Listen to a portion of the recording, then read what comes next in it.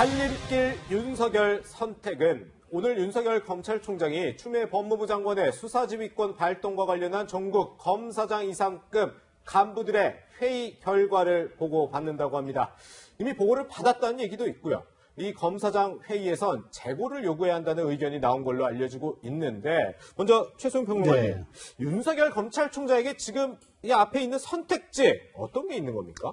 뭐 여러 가지가 있을 수 있겠으나 크게 보면 딱 세 가지입니다. 아, 예. 그러니까 먼저 장관의 지시를 전면 수용하느냐. 네. 전면 수용은 이제 그 자문단 소집을 철회하고 예. 나는 이번에 수사에 손을 떼겠다. 그러니까 이른바 내가 여기에서 내가 관여하지 않겠다. 이렇게 전면 수용을 하게 되는 겁니다. 예. 만일 그 경우에는 정말 그 검찰총장으로서의 이제 조직 장악력과 지휘권에 대한 문제가 생기기 때문에 예, 예. 굉장히 고심이 깊을 것으로 보이고, 두 번째는 이제 일부를 수용하는 방법이 있겠죠. 예. 그러니까 그 자문단 소집은 철회하되 네. 내 수사를 좀 지휘하는 것에 대해서는 다시 한번 제고해달라, 이렇게 얘기할 수가 있습니다. 예, 예. 이렇게 얘기할 경우에는 이제 이게 계속 불씨를 가지고 앞으로 확전될 가능성이 있겠고요. 예. 세 번째는 전면 거부하는 방법이 있을 수가 있겠죠. 예. 뭐 이 경우도 뭐 상상 하지 못할 바는 아니나 전면전으로 치닫는다는 점에서 굉장히 좀 많은 사람들이 지금 선택 가능성이 낮지 않냐 보는데, 어쨌든 여기에 대한 결심은 총장이 하는 것이고 지금 충분히 의견이 지금 개진된 걸로 제가 알고 있거든요. 다만 이제 검찰청 내부에서도 이번 사안이 네. 검찰청법에서 규정한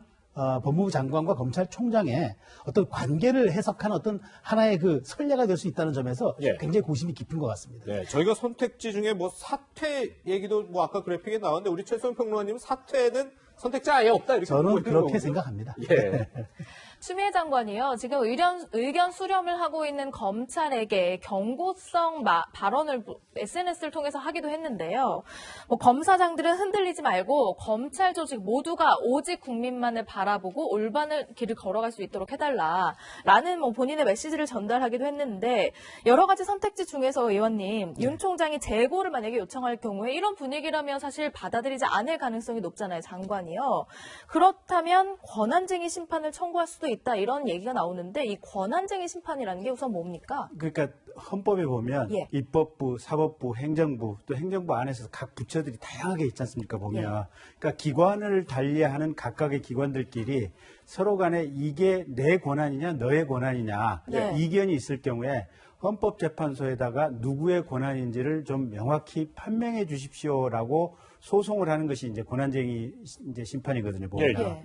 근데 과거에 국가인권위원회에서 대통령을 상대로 해가지고 이런 권한쟁의 심판을 제기했었는데, 큰 틀에서 보면 국가인권위원회는 행정부의 하나의 수족이기 때문에 네. 그 안에서 내부적인 의사의 어떤 토론을 통해서 해결할 수가 있기 때문에 권한쟁의 심판의 대상이 안 된다, 이렇게 지금 이제 헌법재판소에서 판결을 내렸던 게 있습니다. 예. 그래서 이게 지금 검찰총장하고 법무부가 각각 별도로 달리하는 기관인지 예. 아니면 검찰과 법무부는 사실상 하나의 어떤 행정부라고 하는 것에 속해 있는 기관인지 예, 예. 이제 약간의 이견은 있을 수는 있는데 네. 대체로 이게 권한쟁의 심판의 대상이 되기는 어렵지 않느냐. 예. 이게 이제 법조계 안에서는 조금 더 우세한 견해입니다. 네. 아, 그렇군요.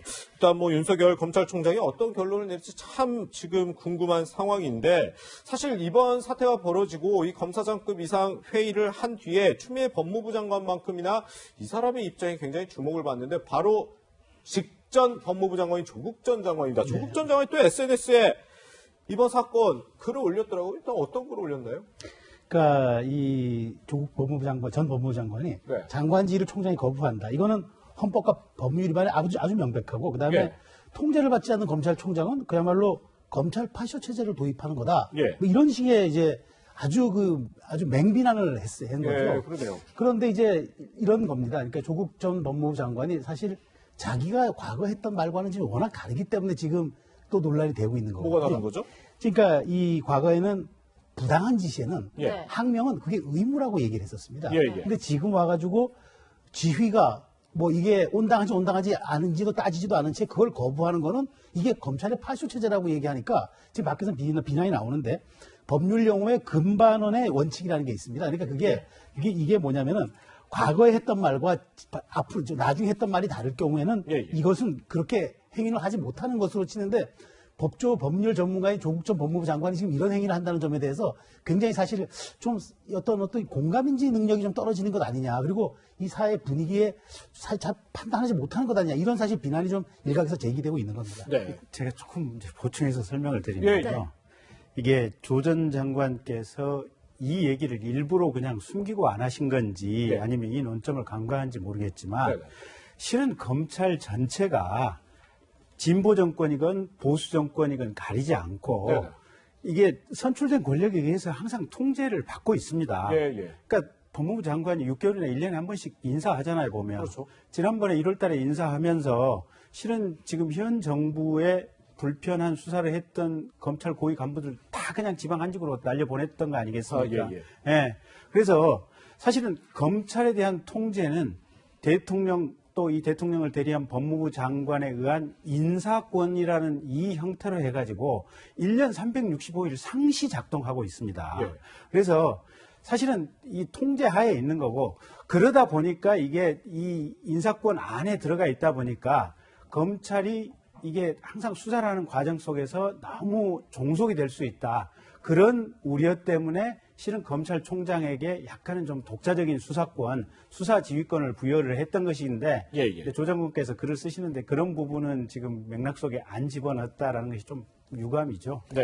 네. 보면은요, 조국 전 장관뿐만 아니라 뭐 최강욱 열린민주당 대표 또한 지금 검찰을 향해서 계속 압박 수위를 높이잖아요. 근데 최평론가님, 네. 조국 전 장관도 그렇고 최강욱 대표도 그렇고 사실 지금 검찰의 기소로 재판 중이거나 뭐 수사가 진행 중인 사안이 있는 사람들이 검찰에 대해서 이렇게 공격하는 것, 뭐 일각에서는 비판도 나오는데요. 그 사실 이건 일각의 비판뿐만 아니라 이거는 도의적으로나 법적으로 그러면 안 되는 거잖아요. 그러니까 다른 사람들이 비난하면 모르겠으나 지금 재판을 받고 있는 당사자가 재판의 주체에 대해서 수사의 주체에 대해서 언급하고 거기에 대해서 비난을 가하고 거기에 대해서 아주 격렬한 언어로서 이렇게 테러를 가한다는 건 저는 이거는 얘기가 안 되는 거죠. 그러니까 네. 이거는 우리가 법 앞에 모든 사람의 평등을 이야기하는 법치국가에서 더군다나 사회 어떤 그 국회의원을 한다거나 법무장관을 역임했던 이런 분들이 현재 수사받고 있는 과정에 있는 사람들이 이렇게 얘기하는 거는 마치 자기 수사에 대한 압력을 행사하는 것과 무엇이 다르겠습니까?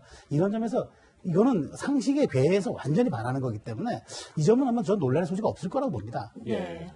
그런데 뭐 결과적으로 지금 이런 일련의 움직임에 대해서 뭐 법 여건에서 윤석열 검찰총장 물러나라고 하는 거 아니냐 이렇게 보는 시각이 참 많거든요. 그래서 최근에 뭐 이 윤석열 검찰총장 가족 관련 의혹도 좀 제기하는 사람들도 적지 않고요.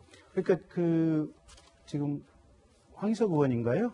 최고위원이죠. 네, 황희석 최고위원이 예. 지금 윤석열 총장 부인인 김모 씨가 주가 조작에 개입을 했었다. 예, 예. 근데 그런 부분을 SNS에 올려가지고 지금 아마 문제를 삼고 있고 고발을 했다고 그러는데 그 부분 같은 경우는 사실은 그 전에 이제 윤 총장 임명하는 과정에서 예, 예.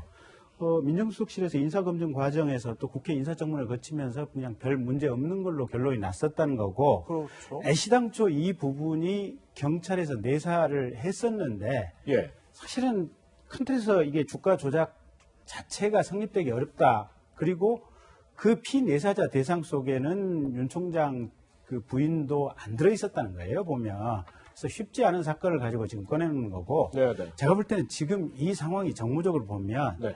일단 지난주에 이제 검사장들이 그 가장 핵심이 되는 네. 윤석열 총장이 수사지휘권을 계속 갖느냐 안 갖느냐 이 부분과 관련해 가지고 사실은 검찰총장의 손을 들어준 거랑 마찬가지 아니겠습니까? 네. 그렇죠. 예. 네, 그렇다고 친다면 법무부 장관이 이 정무적인 측면에서 리더십을 상당히 지금 상실을 했다고 보고 네, 네. 윤 총장은 뭐라고 얘기해도 지금 물러날 뜻이 없는 것 같고 예. 검찰 조직 내에서도 물러나서도 안 된다라고 지금 판단을 하고 있는 것 같아요. 네. 그러면 계속해서 이게 싸움이 이 장관하고 총장하고 두 분이 싸움이 계속이 된다면 예.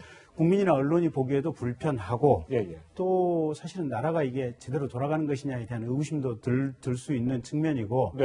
사실은 장관도 총장을 어찌하지 못하고 총장도 장관을 어찌할 수 없는 지금 이런 상황이 계속해서 맞물려서 갈 거거든요, 보면. 네. 예, 예. 그래서 여권 내부에서 조용히 이 부분은 조율을 해서 사실은 서울중앙지검 검사장이나 또는 그 형사 일부가 아니라 정말로 어느 누가 봐도 인정할 수 있는 객관적이고 중립적인 제3의 특임검사를 선정해서 네. 거기다가 수사를 맡기도록 하는 것이 아마 가장 합리적인 방안인 것 같습니다. 예. 네, 장고에 들어간 윤석열 총장 과연 어떤 결론을 내릴지 주목이 되고 있습니다.